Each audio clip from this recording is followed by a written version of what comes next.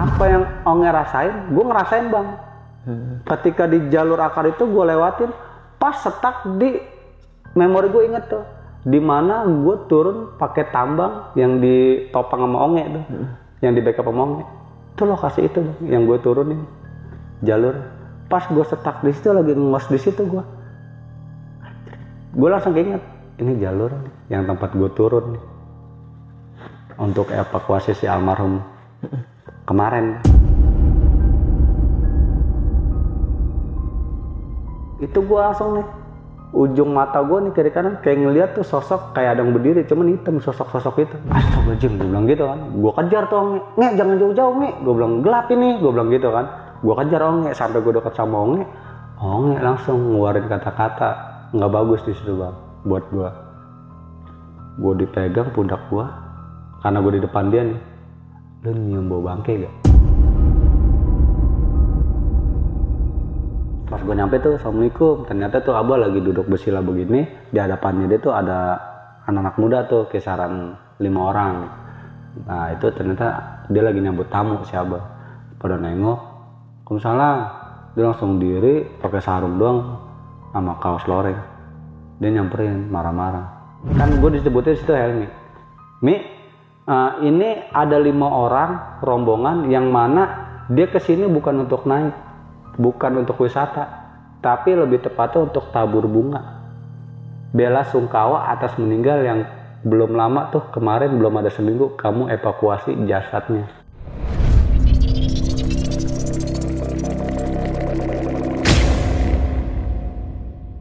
Assalamualaikum warahmatullahi wabarakatuh. Balik lagi bareng gue Ibnu Fitro Sidik, yang pastinya gue di sini bakalan nemenin kalian semua mendengarkan cerita misteri dari perjalanan narasumber yang sudah gue undang.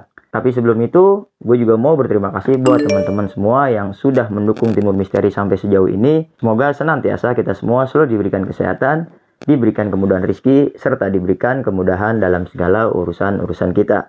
Timur Misteri juga ada nih channel satu lagi, yaitu Dongeng Misteri. Di Dongeng Misteri ini gue khusus membawakan cerita-cerita dari narasumber yang sudah mengirimkan ceritanya. Bantu channel Dongeng Misteri dengan cara subscribe, like, and comment, serta share sebanyak-banyaknya agar kita terus bisa berkembang lagi menjadi lebih baik untuk teman-teman semua. Nah teman-teman mampir ke channel Timur Misteri ini pastinya mau mendengarkan cerita misteri dari narasumber yang sudah gue undang. Tepat banget nih, karena di kesempatan kali ini cerita lanjutan. Cerita lanjutan dari narasumber yang pernah bercerita tentang evakuasi jenazah wanita di Gunung Salak. Biar kita nggak penasaran, langsung aja kita berkenalan sekaligus kita sapa narasumbernya. Siapakah narasumbernya? Kita semua juga pasti nggak asing lagi nih sama pria tampan yang ada di samping gua. Siapakah narasumbernya? Kali ini sudah ada Bang Kancil. Gue juga males kenalin nih Bang Kancil. Bang Kancil, sehat Bang Kancil ya? Baik, alhamdulillah Bang Ibnu. Alhamdulillah. Bang Kancil aktivitas masih sama nih? Masih tetap sama warawiri. Bang Kancil akhir-akhir ini kan sering nongol di dunia per YouTube-an nih. Kata siapa? Ya, yang udah gue lihat, gue anter buat syuting sih. Siap Bang Ibnu. Bang Kancil nih lagi banyak nih yang minta-minta juga cerita dari Bang Kancil tentang ya pendakian gunungnya lah. Dan di kesempatan kali ini buat teman-teman nih, Bang Kancil ini jadi di video ini last part Bang ya, lanjutan dari ketika lu evakuasi jenazah wanita di Gunung Salak ya. Ya. Ini bisa dibilang last part juga sih Bang sebenarnya. Kelanjutan kan? Kelanjutan, oke. Nah, kisi-kisinya yang menjadi kelanjutan itu apa Bang? Lu sempat bicara di depan kalau ini ada klarifikasi dari teman-temannya almarhum ya? Itu ketika pas gue turun abis pencarian adanya Sinisva di Gunung Salak, di Puncak Manik. Sempat ketemu dari rekannya nih? Beberapa teman-teman dari rombongan almarhum yang pernah gue evakuasi jasadnya di jalur akar tersebut Bang. Oke, dan dia bakal ngasih kronologi ya? Betul. Oke, tapi tahan dulu Bang Kancil ya. Siap. Nah, buat teman-teman, ini gokil nih. Di cerita kali ini Bang Kancil bakal menceritakan kronologi kenapa si perempuan itu bisa hilang dan dievakuasi sama Bang Kancil. Nah, buat teman-teman yang belum paham sama cerita sebelumnya, jadi ini cerita tentang Bang Kancil melakukan evakuasi di Gunung Salak. Nanti juga bisa kita cantumin linknya di kolom deskripsi. Nah, sebelum masuk ke ceritanya, buat teman-teman semua yang mau jadi narasumber di sini, seperti Bang Kancil, teman-teman bisa DM ke Instagram kita, Timur Misteri, atau juga kirimkan email di timurmisteri.cr@gmail.com. Untuk lebih mempermudah, nanti linknya juga ada di kolom deskripsi. Simak terus video ini agar kita bisa mengerti isi ceritanya, dan jangan kemana-mana, tetap berprasangka baik karena bukan hanya manusia yang diciptakan Tuhan.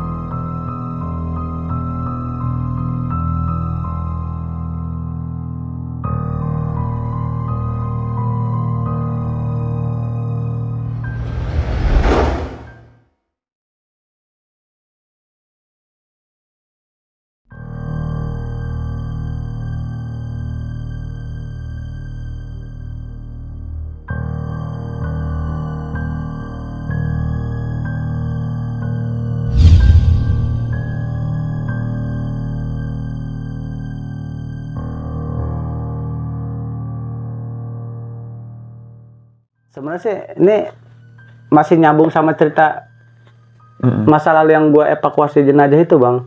Jadi saat perjalanan itu kan gue evakuasi mayat itu langsung pulang nih karena gue lagi nge-backup rombongan lain. Itu pernah gue ceritain tuh di mana-mana udah cerita juga itu, udah viral juga gitu cerita itu.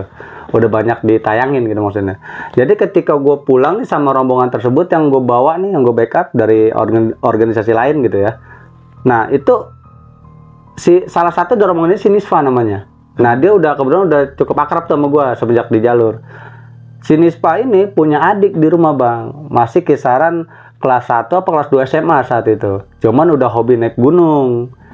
Nah, yang gue nggak paham kenapa dia berani-beranian naik Gunung Salak tanpa teori dasar. Dia belum pernah naik Gunung Salak sebelumnya. Perdananya nih. Perdananya dia baru Putri Gede doang bang. Adiknya Salaknya perdana ini kan. Nah, ini Salak dia baru perdana. Nah, itu diajak teman-teman dari sekolahnya katanya, beberapa orang dari luar sekolah kata dia gitu kan, teman-teman tongkrongan lah ya. Saat malam itu sih gue lagi ngepakin barang tuh, maksudnya lagi ngerapin barang yang dari carrier keluar itu gue taruh di rak-rak di aula. Soalnya gue kepikiran kemarin berangkat tuh yang evakuasi almarhum tuh, yang nggak sengaja ketemu di jalur Akar, itu gue introspeksi diri terhadap temen gue nih si Onge. Yang salah bawa alat, yang salah bawa carrier tuh ternyata dalam itu alat-alat panjat tebing. Ya, walaupun kesalahan itu ada manfaatnya. Betul. Ya. Nah, setelah turun Gunung Salak itu yang cerita itu bang, itu selang 1-2 harinya gue langsung pada berkumpul sama teman-teman nih. Organisasi kecil ya di kampung gue berkumpul di aula yang mana itu aula sekret anak-anak gue itu dari warisan dari senior.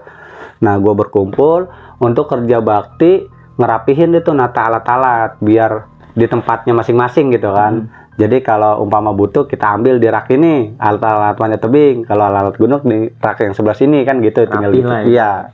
Itu gue keluarin dari keril yang masih pada berisi alat-alat, terus gue bersih-bersihin gitu kan. Nah itu tiba-tiba Nisfa nelpon gue di malam itu kisaran jam 8 malam bang. Jam 8 malam dia telepon, ngapa Poy? Gue bilang gitu. Dia nangis. Dah, lo kenapa Poy? Gue bilang. Nggak apa-apa sih bang, cuman gue ngomongnya berat nih bang, gue bingung, gue panik. Lah, apa yang lu buat panik? Lu di mana, posisi lu di mana sekarang? Gue bilang, gue di rumah bang. Iya, lu kan di rumah, kenapa lu nangis? Gue bilang, ada apa sama lu? Gue bilang, adik gue bang, adik gue. Lah adik lu kenapa? Ini udah kisaran 3-4 hari dia nggak pulang bang, kata dia gitu kan. Lah emang adik lu main kemana? Dia katanya naik Gunung Salak. Mampus, gue bilang gitu kan. Serius Poy, gue bilang, serius bang. Nah itu gue belum ada pikiran Nespa bakalan nyuruh gue nggak ada pikiran ke situ. Lu udah telepon senior lu yang lain, gue bilang gitu kan. Terus atau teman-teman lu yang lain gitu, lu nggak coba backup, lu nggak coba cari dia. Terus si Nespa ini bilang udah, cuman satu sisi mereka pada sibuk bang, ada yang kuliah, ada yang kerja, termasuk gue pun begitu. Gue kan kuliah juga, kerja juga. Dia sembari nangis tuh. Terus mau lu gimana Poy? Gue tolong bang, minta tolong buat sama lu bang, gue mau nih pertolongan ini. Kemana lagi gue mau minta tolong, kata dia gitu kan. Karena gue kenal lu, gue inget lu, ya udah gue minta tolong sama lu bang. Bisa gak lu naik lagi ke sana, balik lagi ke sana untuk jenguk adik gue gitu, untuk samperin adik gue biar cepat pulang. Ya. Intinya gitu. Cuman bahasa dia nggak nyari, cuman dia bilang jenguk adik gue lah gitu. Kalau ketemu suruh pulang bang gitu intinya. Nah dia udah resah lah itu dia si Nisfa ini ketika dia nanya nyokapnya katanya, lah si Edo kemana mah? Kata dia gitu kan. Lah Edo kan bukan naik gunung. Lah, naik gunung kapan berangkatnya? Pas kamu pulang dia berangkat. Di hari itu juga, dia paginya, kamu sorenya pulang. Nah, dia bingung. Lah ini udah kisaran 3 mau ke 4 hari mah kok belum ada kabar dari Edo. Diteleponin nih HP ini nggak nyambung-nyambung. Mamanya dibilangin kalau gunung-gunung daerah Jawa Barat paling lama tuh kita 2-3 hari udah turun mah. Gitu diceritain. Nah, akhirnya mamanya ikutan panik. Ya udah hubungin yang bisa teman-teman kamu yang bisa backup si Edo tuh siapa gitu, yang bisa nyari siapa gitu. Dia udah minta tolong kemana-mana, akhirnya mentok ke gua, intinya gitu bang. Nah gue bingung pas dipintangan tolong itu jujur, gue cekak gitu kan, ya gue TF bang, gini buat ongkos gitu kan. Ya udah, karena ini kemauan dia lagi-lagi gitu kan. Udah tuh di situ kebetulan gue lagi di aula nih, lagi di sekret organisasi kecil gue lah ya, sama teman-teman tuh pada nanya. Arjen bang, ada apaan bang? Iya ini si Nispa yang kemarin berangkat ke Salak yang tentang evakuasi jenazah tuh, yang dia sering buat pingsan, gue bilang itu terus kesurupan juga. adiknya ternyata naik Gunung Salak juga sampai sekarang belum pulang. Udah pada drop deh tuh teman-teman, pada panik. Nah si Onge kebetulan, "Nge, lu gimana?" "Udah pasti lu mau nyarinya gua," katanya. Dia lagi beresin sepatu panjat tebing tuh di rak, lagi dibersihin pakai sikat gigi sama dia tuh. "Udah pasti Cil, lu mau butuhnya gua, nyarinya gua." "Iya, gue mah gak kemana-mana Cil," kata dia gitu kan. "Bebaninnya gue lagi," kata dia gitu kan. "Ini jalur yang sama lagi," kata dia gitu kan. "Gunung yang sama, jalur yang sama, lu bakalan daki. Lu tanya tuh Nispa, adiknya naik dari mana?" Gue bilang gitu kan. "Ya katanya dari jalur itu, Nge," gue bilang gitu kan. Si Nispa bilang katanya dari jalur kita. Aduh, tolol tuh bocah semua. Gitu nama si Onge. "Lu mau jalan kapan Cil?" "Ya lu gila kali kalau malam ini kita berangkat," gue bilang gitu kan. "Gue gak ada persiapan," gue bilang gitu kan. Gue juga kayak ngeblank banget kalau malam ini berangkat gitu. Udah ntar pagi lah. Ternyata janji kita pagi ini karet gitu. Nispa malam itu udah TF gue nih buat ongkos. "Bang, kalau udah di terminal kabarin ya," gitu. Tuh gue gak kasih, gue ayun deh tuh, gue ambangin lah gitu kan. Gue gak ada komentar ke Nispa.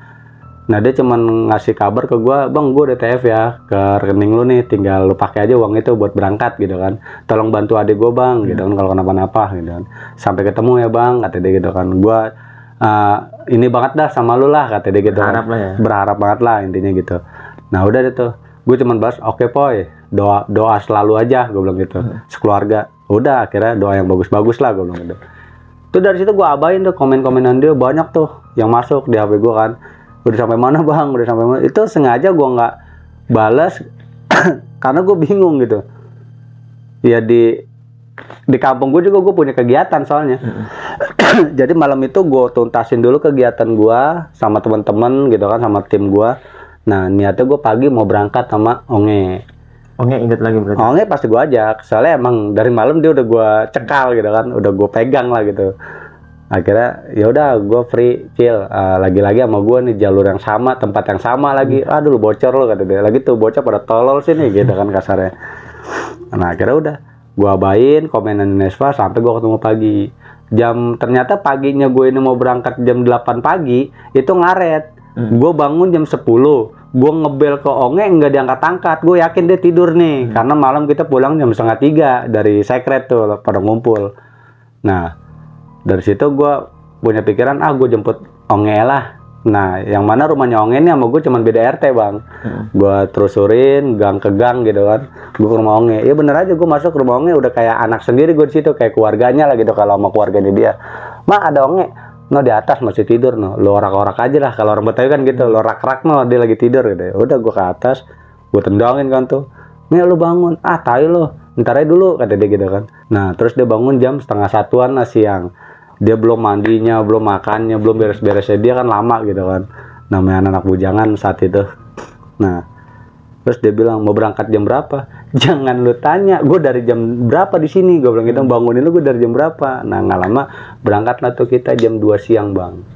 Jam 2 siang itu dari Jakarta. Berdua doang. Kita Onge nawarin, "Lu mau pakai motor gak? Kalau pakai motor lu yang bawa nih pulang pergi. Gue mau udah nggak mikirin dah," kata dia gitu kan. "Gue mau nyaman aja nih, mau relax aja," katanya. "Gue dibonceng aja."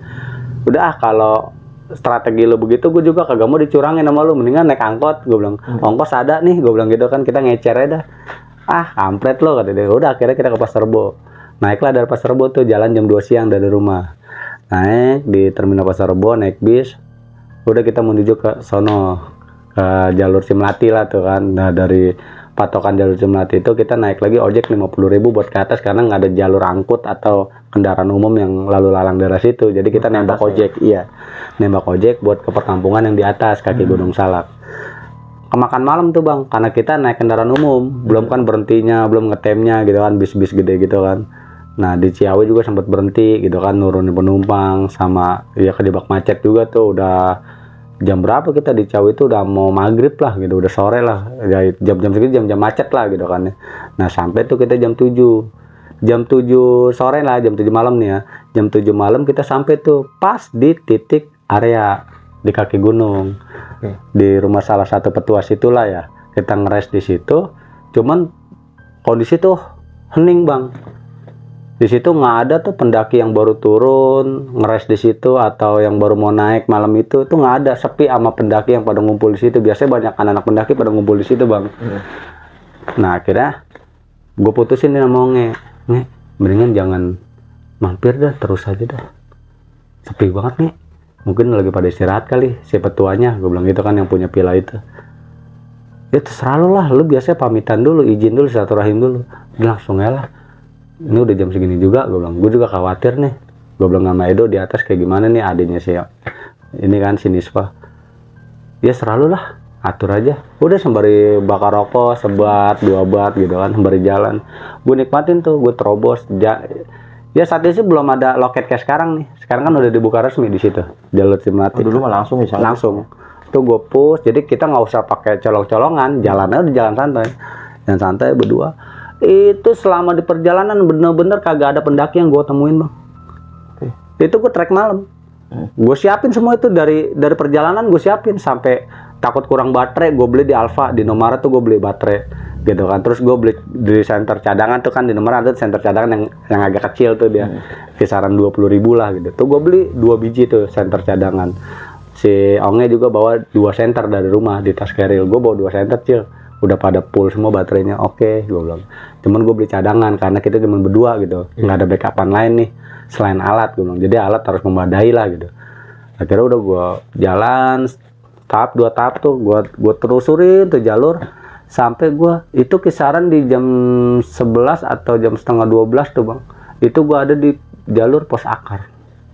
Oh, di jalur ini. Bukan pos akar sih, julukannya jalur akar. Jalur ini ada tempat lo ketemu malam ya? Dari jalur itu, Bang, itu langkah tuh mulai berat, Bang. Itu keheningan luar biasa, Bang. Tatapan, namanya kita trek malam itu, safari malam, tatapan ke depan tuh kagak kelihatan apa-apa, Bang. Satu helai itu binatang juga gitu yang namanya kunang-kunang, itu nggak ada yang lewat malam itu. Padahal itu di ketinggian bisa ada kunang-kunang. Ini kagak ada. Kunang-kunangnya satu gitu, nggak ada yang terbang. Itu gue ngerasa berat banget, badan gue tuh panas banget, Bang. Nah si Onge melipir ke samping gue, Cil, setiap ujung mata gue kayak ada orang berdiri, cuman wujudnya nggak kelihatan, hitam aja. Nge, lurus aja nih. Ini jalan kan udah lo pahamin, lo udah tahu jalur kan. Ini emang biasa kita laluin, udah jalannya ikut, nunduknya udah ikutin jalan. Jangan apa-apa lo omongin, Nge, kita cuman berdua. Serah lo, Cil. Udah gue di depan deh, gue balik deh tuh, dia di depan, gue di belakang, gue ikutin. Itu di jalur akar itu, Bang, gue berdua sama Onge. Gue ngerasa berdua sama Onge tuh, Onge juga rasanya sama sama gue. Tuh jalur kayaknya lama banget, panjang banget, Bang. Kayaknya gue kagak nyampe-nyampe ngelangkah. Gue jalan gitu, kayaknya gue udah lama gitu, berat buat gue jalan. Tuh kayak kagak nyampe-nyampe, Bang. Ini kenapa ya? Ada apa nih ya? Gue udah ngos banget nih, malam ini, Nge. Ini mah karena udah di ketinggian segini mah emang udah layak nih, Cil. Malam begini oksigen mulai berkurang, kata Onge. Itu gue tahu karakter Onge kalau udah mental jauh pembicaraan gitu.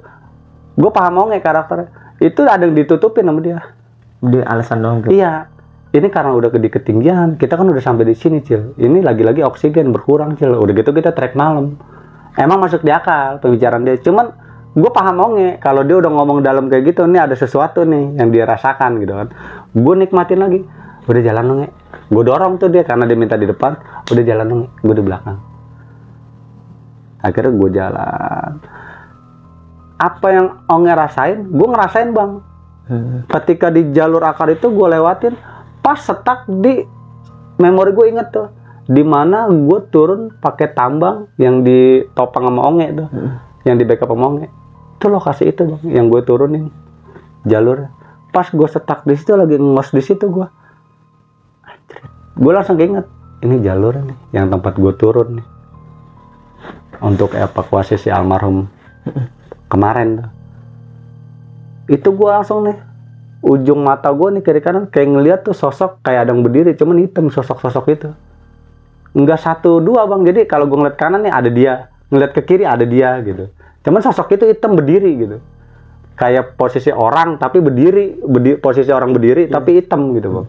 Nggak kelihatan, gelap gitu, hitam. Cuman posturnya kayak orang lagi berdiri. Anjir, kenapa yang Onge rasain gue ngerasain? Itu gue sembari ngebungkuk begitu karena kan jalurnya cukup terjal tuh, Bang, ya. Itu kaki kanan gue di akar, kaki kiri gue yang akar bawah tuh. Jadi gue ngangkang jauh gitu. Itu gue baru bungkuk, bawa keril, baru ngos-ngosan. Itu keinget memori gue bang. Pas gue ngeliat ke kiri, ini jalur yang gue turun ke bawah, yang di backup sama Onge sama teman-teman. Nah, pas gue mau lanjutin, Cil, gue dengar suara Onge udah di depan. Cil, ayolah, mau kapan nyampe nya lo? Udah jam berapa nih gitu kan? Astagfirullahaladzim, gue bilang gitu kan. Gue kejar tuh Onge, Nge jangan jauh-jauh Nge. Gue bilang gelap ini, gue bilang gitu kan. Gue kejar Onge sampai gue dekat sama Onge. Onge langsung ngeluarin kata-kata nggak bagus di situ bang, buat gue. Gue dipegang pundak gue, karena gue di depan dia nih. Lu nyium bau bangke gak? Sekarang merinding gue. Gue itu udah gue diemin, udah gue tutupin bang. Aroma itu udah gue tahan.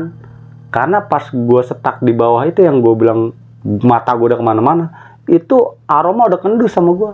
Makanya Onge itu gue buru-buru ngejar Onge bang. Pas sampai di Onge langsung nahan gue. Cil, bentar.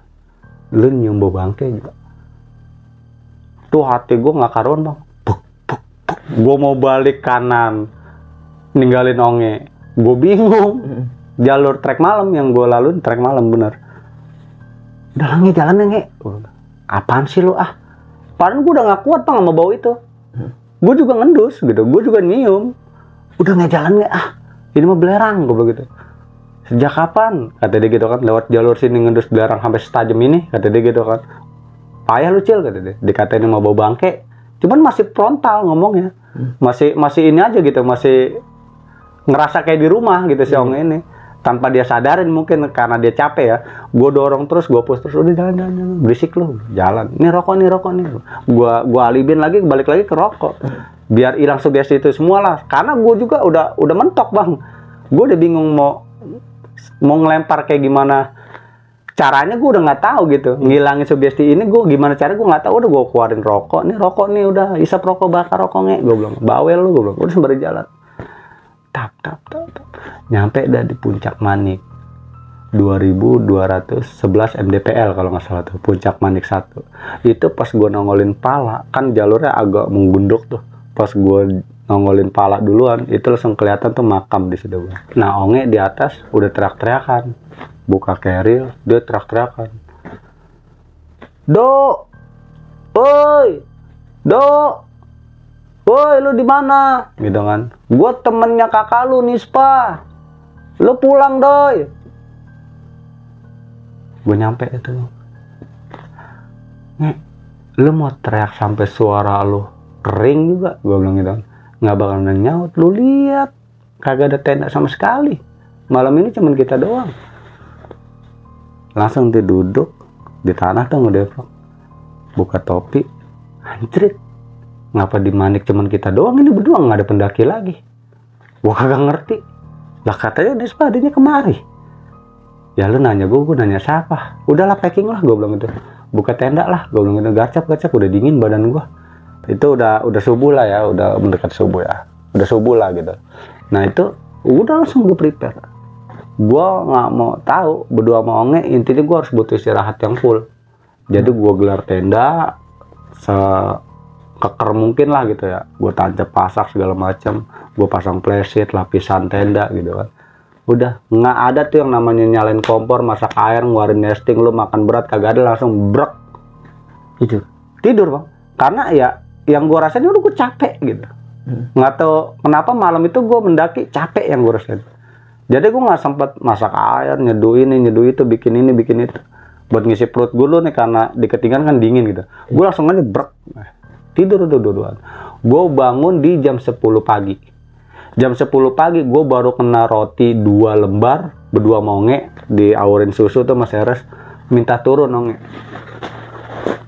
Itu sampai gue bangun jam segitu pun kagak ada pendaki yang naik bang. Kosong. Itu di Puncak Manik. Cakep-cakepnya tuh view. Kalau buat gue hari itu. Cuman gue nggak nikmatin. Karena tujuan gue nyari adenya temen. Iya. Si Nisfa ini adenya. Prepare gue cabutin pasak, tali-tali tenda segala macam lah, premnya petin, masukin keril bareng-bareng ya kan, tata keril lagi, dia bawa depek, gue bawa keril, jadi ganti-gantian. Kalau gue capek, sini DPK lo gue pakai, lo bawa keril gue gitu. Udah tap. Makanan di DPK itu logistik lebih banyak. Karena tadinya gue pikir dari bawah tuh, dari awal pendakian tuh, dari awal start tuh, kalau ketemu rombongan adanya Nisfa, kehabisan makanan, kita punya makanan banyak. Lebih lah gitu ya. Sengaja gue beli lebih buat mereka. Ternyata nggak nemuin satu orang pendaki sekalipun di atas. Nah jadi yang mana gue putusin itu berdua sama si Onge, jam 10 lewat lah gue turun. Ketika udah prepare semua, udah packing alat, keril segala macam, udah masuk semua alat-alatnya, gue packing, gue turun tuh kisaran jam 10 lewat, taruhlah jam 11 lah emang. Gue turun lewat jalur yang sama. Nah itu di sepanjang jalan, di siang itu di sepanjang jalan itu pas arah turun, siang itu Onge sempat bilang apa dia lewat jalur sebelah Cidahu gitu kan. Ya udah biarin lah Nge, lu tahu sendiri tadi tuh di atas di puncak sampah atuh juga kagak ada, plastik semua ada di pinggir. Kalau banyak pendaki di sini itu pasti ada sampah yang belarakan. Ada bekas-bekas. Iya, bangsa plastik apa selembar 2 lembar pasti ada. Gue bilang sisa-sisanya gitu kan. Ini nggak ada. Semua sampah tuh pada di pinggir semua. Itu pun udah lama, bekas-bekas sampah lama gitu, nggak bekas sampah baru. Iya ya. Ya sekarang kalau dia naik dari Cidahu dan dia udah turun, pasti ninggalin sampah di sini. Apa selembar gitu, lembaran plastik atau apa itu pasti ninggalin yang tercecer. Yang lu dapet dia via jalur mana bang? Gue cuman dapat dari Nisfa di telepon, adek gue naik Salak bang, lewat jalur kita. Berarti lo jalur itu kan? Iya, kita nyampe dia naik. Makanya kayak ada ngaco nih, gue bilang gitu kan. Nanti sampai di bawah dapat sinyal kabarin Nisfa dah. Kalau adanya nggak kita temuin di jalur ini di Puncak Manik, gue bilang gitu kan. Akhirnya gue turun. Itu ya karena masih siang ya, terus gue turun. Itu alhamdulillah kita nggak diganggu apa-apa lah gitu, nggak dikasih aura-aura negatif lah gitu. Kita turun terus cuman di jalur air tuh, pas gue turun udah sampai di bawah nih mah, udah mau di kasar udah di kaki gunung, udah mau deket sama perkampungan ya. Nah gue ketemu tuh 2 cabang jalur, 2 pecahan jalur ya, bisa dibilang pecahan jalur. Kalau lu masih lurus itu lu ke kaki gunung arah perkampungan, arah balik. Kalau lo ke kiri melipir ke bawah, turun ke bawah itu curug yang mana dulu gue pernah evakuasi juga di situ, di dalam goa tuh, di tebing curug. Nah itu gue ke curug itu punya inisiatif sama Onge, Nge, kita melipir ke kiri Nge. Kali-kali aja tuh bocah pada ngecampnya nggak di puncak, kagak ada yang tahu jalur kali, lupa jalan, mungkin dia pada ngecamp di situ di curug tuh. Gue bilang soalnya ada space yang mana beberapa space itu enak buat ngecamp, gue bilang gitu. Oh iya ya, udah ke situ aja dah. Ya lu capek gak? Udah jalannya dah, orang udah dikit lagi kita mau turun, kata dia gitu kan. Sekaliannya udah nanggung capeknya. Nah gue melipir ke kiri tuh. Dari ke kiri itu perjalanan masih makan waktu setengah jam tuh bang. Buat nyampe ke curug? Buat nyampe ke curug. Ya lika-liku juga lah jalannya, tahu sendiri lah. Jalur salah kagak yang enak bang gitu kan. Apalagi lewat jalur itu bisa bilang kejulukannya kalau zaman sekarang ya jalur evakuasi Sukhoi itu bang. Cimelati. Iya Cimelati. Nah itu jalurnya nggak enak kalau lewat jalur situ. Itu bisa dengkul ketemu dagu loh. Nah itu gue melipir sampai di titik curug bang. Lagi-lagi bang, sunyi situ bang, kagak ada siapa-siapa. Kosong, kagak ada tenda, nggak ada apa-apa situ, kagak ada namanya, nggak ada inilah, nggak ada pergerakan lah gitu ya. Kagak ada apapun di situ. Yang ada udah kucuran curug doang sama pemandangan. Anjrit, Cil, jong Cil, nggak ada lagi. Ya udah, kita cabut lah ke bawah.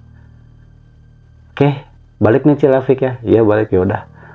Apa mau naik lagi? Lu aja sono. Gitu gue canda-candaan deh tuh sama Onge. Onge minta turun sekalian nanti ngobrol sama petua di bawah tuh, si Abah gitu kan, udah lama kita nggak ngobrol sama dia. Iya, akhirnya gue turun, mutusin untuk melipir ke rumah Abah tuh. Pas gue nyampe tuh, assalamualaikum. Ternyata tuh Abah lagi duduk bersila begini, di hadapannya dia tuh ada anak-anak muda tuh, kisaran 5 orang. Nah itu ternyata dia lagi nyambut tamu si Abah. Pada nengok, Waalaikumsalam. Dia langsung diri pakai sarung doang sama kaos loreng. Dia nyamperin marah-marah. Ancil dari mana? Dari atas. Muncak? Kapan nyampe? Itu pas gue mau salaman, sempet nggak dikasih tangan sama dia. Kapan nyampenya ke sini? Semalam gini. Udah sampai di Manik, udah sampai di puncak. Udah, terus ini baru turun, Mbak. Langsung tuh dimarahin sama gue. Kamu besok-besok jangan begitu, kata dia. Kenapa, Bah? nggak apa-apa, cuman perasaan saya memang semalam nggak enak gitu. Emang ini pila ketutup, cuman saya ada di dalam nonton TV. Cuman semalaman itu saya nggak enak perasaan saya. Di jam 1:30 ada yang datang ke saya. Ini di pintu, kan pintu dia itu kaca tuh, kaca semua tuh. Di pintu, hording kan saya tutup. Itu saya ngeliat kayak ada orang diri di situ kayak mau ngasih kabar. Kenapa nggak mampir? Kenapa nggak izin dulu sama saya? Jangan naik begitu aja. Emang ada apa, bah? Gue bilang gitu kan. Nggak ada apa-apa, cuman itu ada temen nyamperin ngabarin kalau ada beberapa anak muda yang naik ke atas. Jadi ternyata temennya si Abah ini temen goib.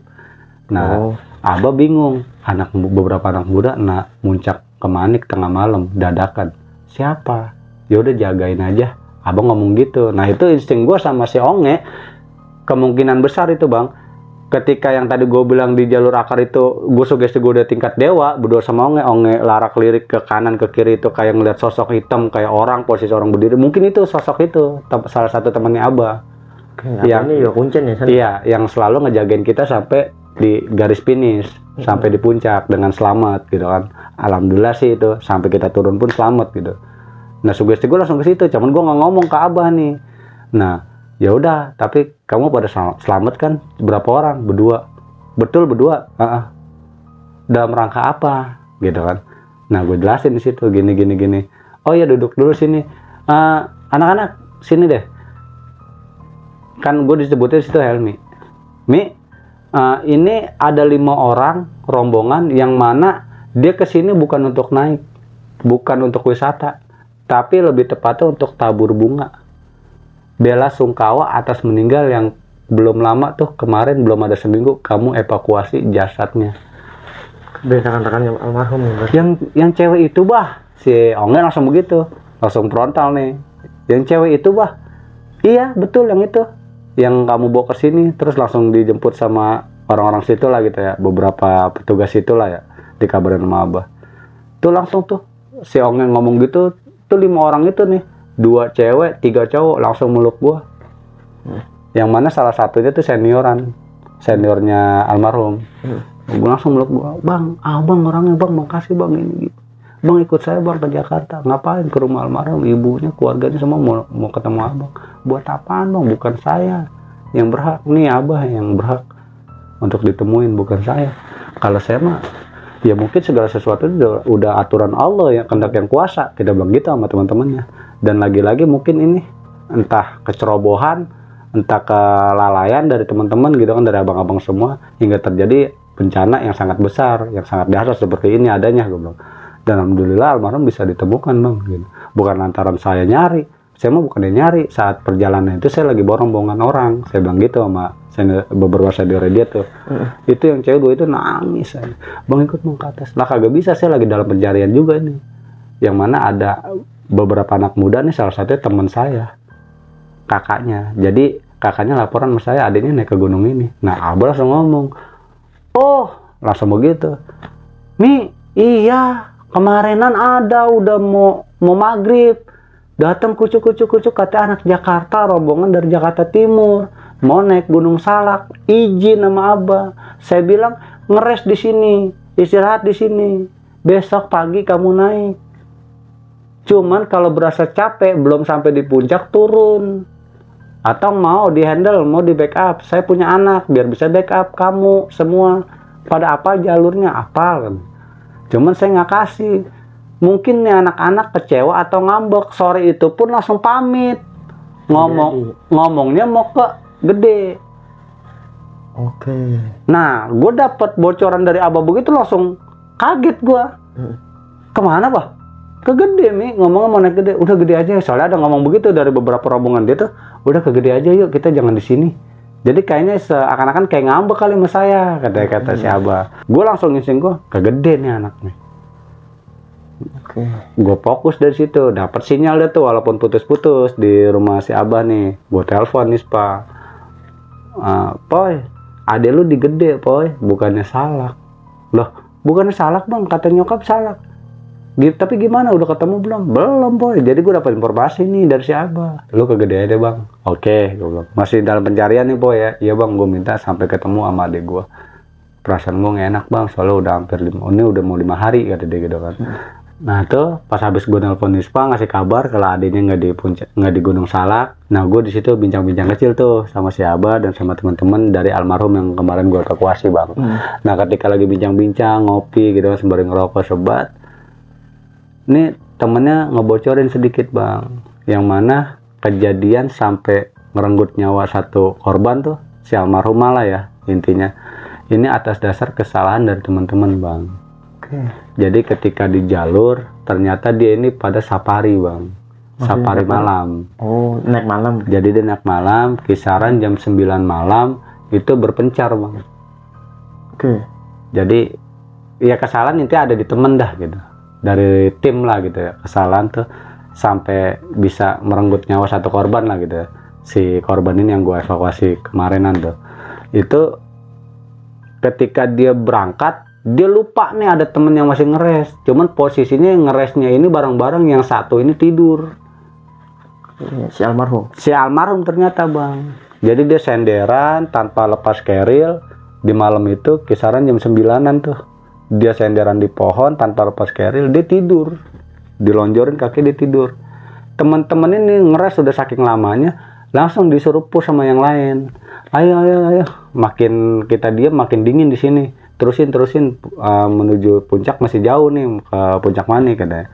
Terusin perjalanan. Sampai di perjalanan nih itu nggak ada yang inget, nggak ada yang paham nih kalau ada satu tertinggal. Pas sampai di puncak baru paham satu orang tertinggal. Cewek ini yang tertinggal nih. Namanya siapa sih bang? Nggak boleh kasih tahu. Kagak bisa di bang. Iya, soalnya emang gimana ya, dari teman-teman juga ya berharap kalau cerita ini emang udah mesti di-keep aja bang, dalam arti keep ya, kalau emang mau di-share namanya ilangin. Iya.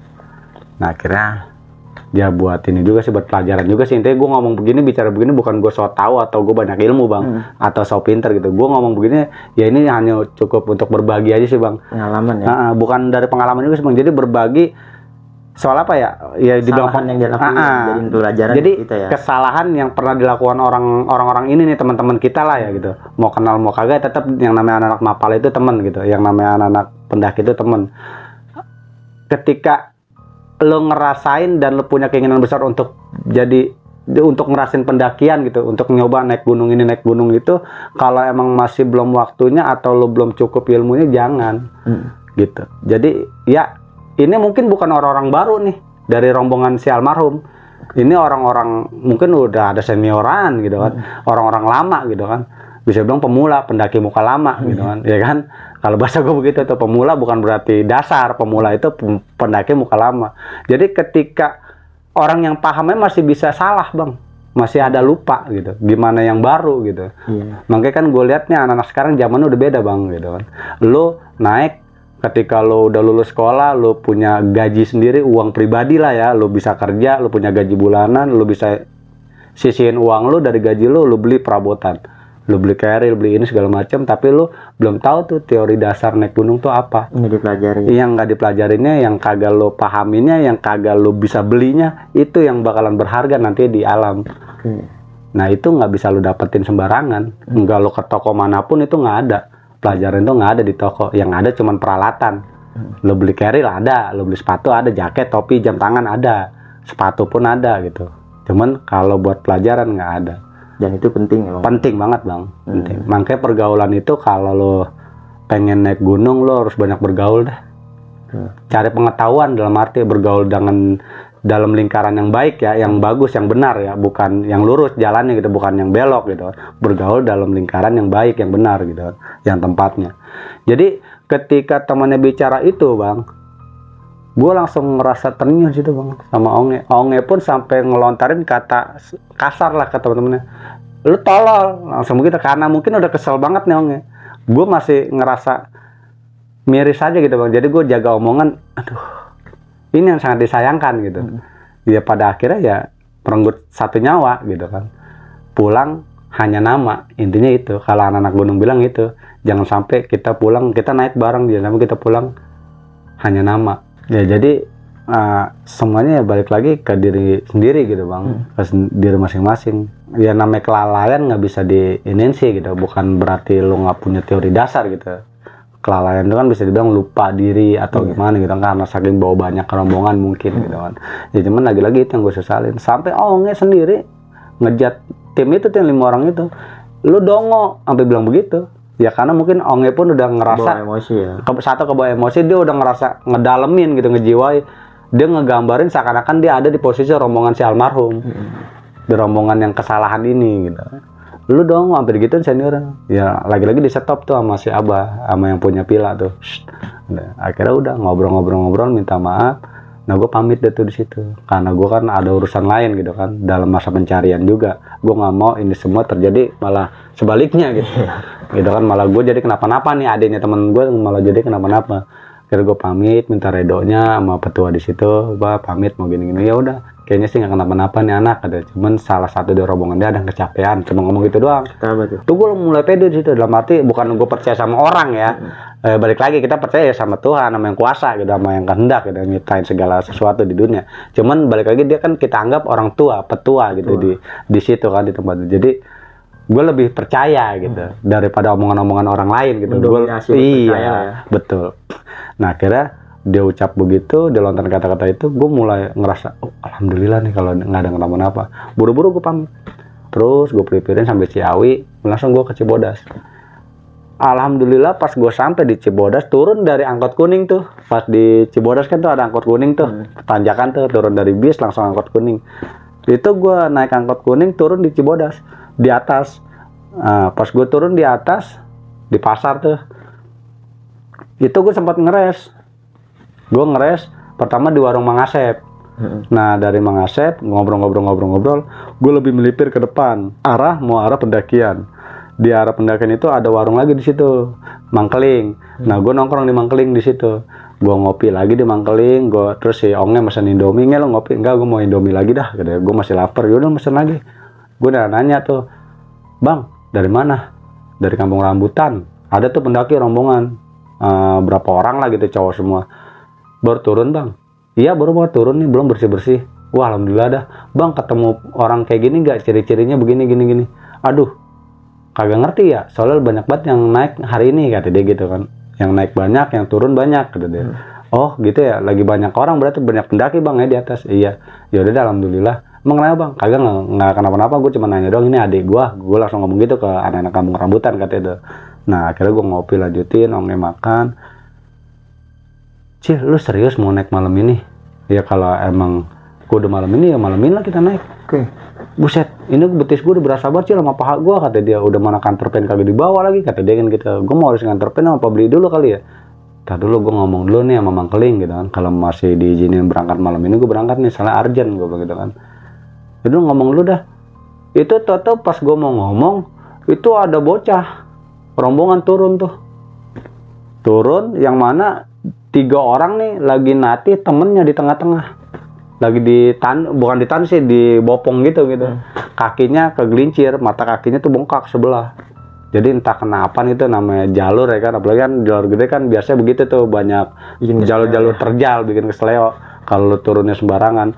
Jadi mata kakinya tuh yang kanan bengkak bang, memar lah gitu, bengkak biru gitu. Nah itu ditatih sama temennya. Nah gue denger suara dia pada berisik nih. Udah tuh dikit lagi tuh di bawah tuh banyak warung gitu, dari gerbang tuh biasa tuh. Nah turun tuh dikit lagi ada warung aja, dikit lagi pada ngobrol gitu nih. Nah pas gue baru mau bangun kan, gue nongkrong di luar tuh di warung Mangkeling. Nah gue denger suara tuh bocah-bocah. Udah dikit lagi nih, gue bilang nih bocah berisik banget. Pas gue nengok, Onge langsung bilang, no Cil, lu center tuh bocah-bocah semua tuh, kayak bocah-bocah tanggung, coba lu center dah muka-mukanya. Gue samperin tuh, gue center. Astagfirullahaladzim, gue bilang, lu kenapa? Gue bilang gitu kan. Iya bang, maaf bang, ini teman saya begini-gini. Dia nggak kenal gue tuh bocah. Dia disangka gue mah pendaki lagi ada di situ, atau gue siapa kali, dia sangka, bang maaf bang, ini teman saya bang, tolongin bang, kakek bengkak. Nah pasti ngomong gitu, gue gendong kan temennya, gue bawa ke Mangkeling tuh, gue taruh di atas. Lu istirahat sini, udah bersih-bersihin nih apa kotoran apa gitu, lo kalau mau salin itu. Temennya gue suruh bantuin nih, temen lo nih kakinya lagi cedera. Tuh bocah gue gerek, Tang, gue bilang gitu kan, boy, gue bilang, boy, lu ikut gue gitu kan. Kemana bang? Ke bawah. Bang, lu jangan palak gue bang, duit gue udah habis buat pulang. Kata dia, bocah-bocah tanggung, kocak dah. Nah udah turun, Kagak, gue bilang kagak ada anak-anak sini mah, anak-anak pendaki kagak ada yang malak-malak, gue bilang gitu kan. Lu baru turun naik gunung, iya sampai gak lu di puncak? Sampai bang, cuman kagak ke Putri kita, nggak ke SK, katanya cuma sampai puncak gede. Dah, kakak lu begini gini, nyokap lu begini gini, keluarga lu semua pada panik. Awal mulai cerita, lu kesalah kenapa bisa melipir ke gede? Iya, gara-gara kakek-kakek tuh yang pila itu tuh katanya. Gue kan sempat dikasih omongan sama kakak gue dulu, katanya daerah jalur Cimelati tuh ada pila di atas rumah bapak itu, dia kata kuncinya, nggak tahu dia galak banget. Gue nggak disuruh naik, kan disuruh besok pagi orang gue mau naik hari itu deh. Pagi ini pulang, lu istirahat dulu dari sini dah. Malam ini ya bang, lah itu temen lu kesian. Oh iya ya udah pagi, ya udah lu istirahatin lu dah, gue tuh lu pada capek, istirahat deh di atas. Onge sempat bilang, sialan Cil ya, kita udah turun naik salah ya kan, untuk kagak naik gede nih bocah turun kampret, kita cari di sana ketemu di sini gitu kan. Ya gunung kalau adek gue keplakin ini kata si Onge kan. Nah nggak lama dari obrolan itu masuk pagi deh tuh bang. Pagi itu dia pada prepare beres-beres, akhirnya udah kita pulang satu angkot tuh, kita charter. Akhirnya sampai rumah gue anterin, gue dipelukin, diciumin sama Nispa sampai sempat nangis, jerit-jerit lah, teriak-teriak gitu kan. Ya karena adik satu-satunya bang. Gitu. Nah di situ kalau kesah gue ceritain, Boy dapat salam dari siapa? Dari teman-temannya, keluarga besarnya almarhumah yang kemarin belum lama kita evakuasi. Nangis deh Boy di situ. Baru ngomong apa bang? Ya katanya terima kasih ya begitu kita semua. Gitu. Ya termasuk gua, Onge dan teman-teman yang ada di saat pembantuan evakuasi itu. Gitu. Lu termasuk salah satunya. Salamin sama teman-teman. Gitu. Nangis luar biasa. Nah akhirnya ngobrol, ya larinya udah intinya terima kasih udah satu keluarga kan. Yang penting alhamdulillah dengan selamat pulangnya gitu kan. Yang cedera tuh hanya temennya. Cuman mungkin segitu aja kali bang cerita gua pada kali ini, yang mana cerita ini ya memang ada sangkut pautnya sama masa-masa yang kemarin yang evakuasi itu. Oke Bang Ajil, sebelumnya terima kasih banyak lu udah bagi pengalaman lagi bang ya di lanjutan cerita evakuasi ini nih. Nah mungkin ada beberapa yang gue tanyain bang. Yang pertama ini gue menanyakan kenapa ketika lu sampai ini lu nggak izin ke Abah nih. Kalau izin mungkin lu dapat informasi secara langsung, lu nggak langsung naik nih, nggak sia-sia gitu kan. Betul. Kenapa lu nggak izin gitu? Ya emang bisa dibilang satu hal kesalahan sih bang dari diri gue sama si Onge. Cuman malam itu gue udah bener-bener, pikiran gue udah bener-bener tujuan gue ke anak itu, ke rombongan bocah ini. Ambisi lah lu ya. Soalnya nih satu sisi Gunung Salak. Kedua, nih bocah rombongan masih pada belia gitu, masih pada duduk di bangku SMA gitu.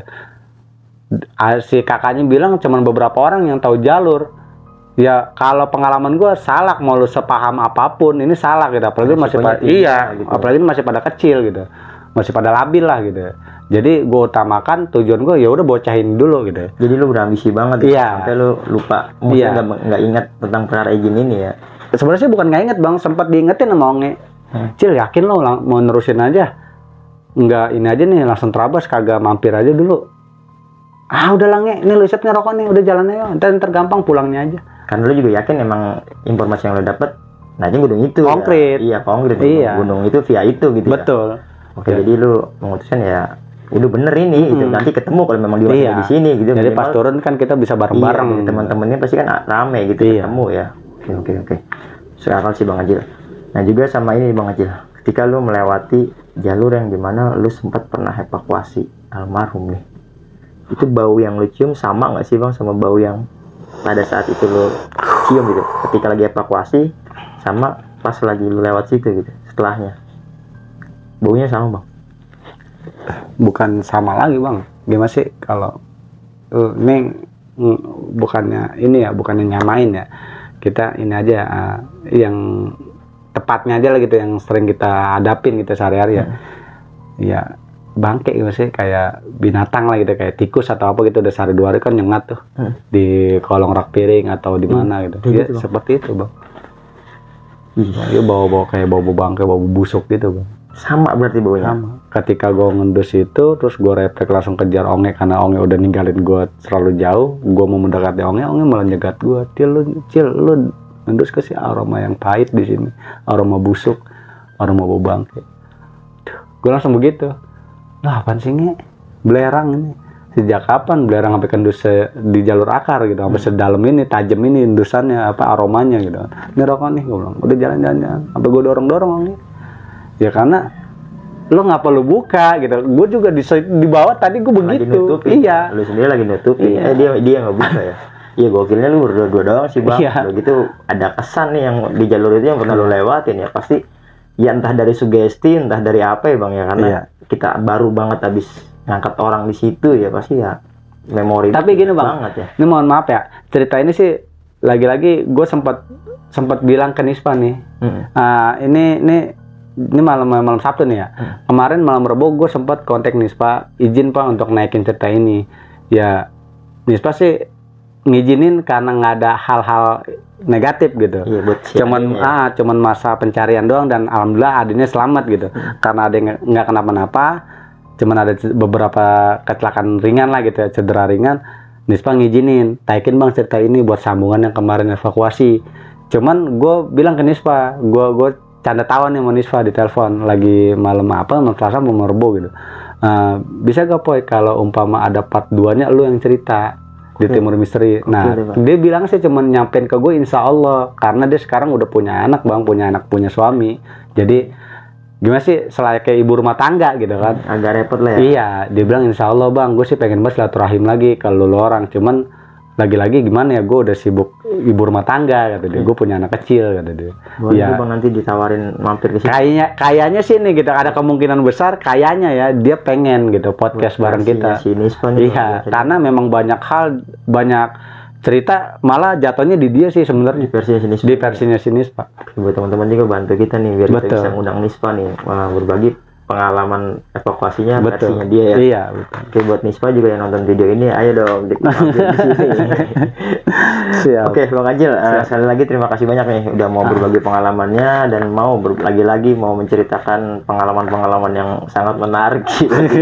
Cita-cita Bang Acil ini bukan kaleng-kaleng nih. Betul bang. Ada edukasinya yang energik, pokoknya gokil dah pengalaman cita-citanya dari Bang Acil ini.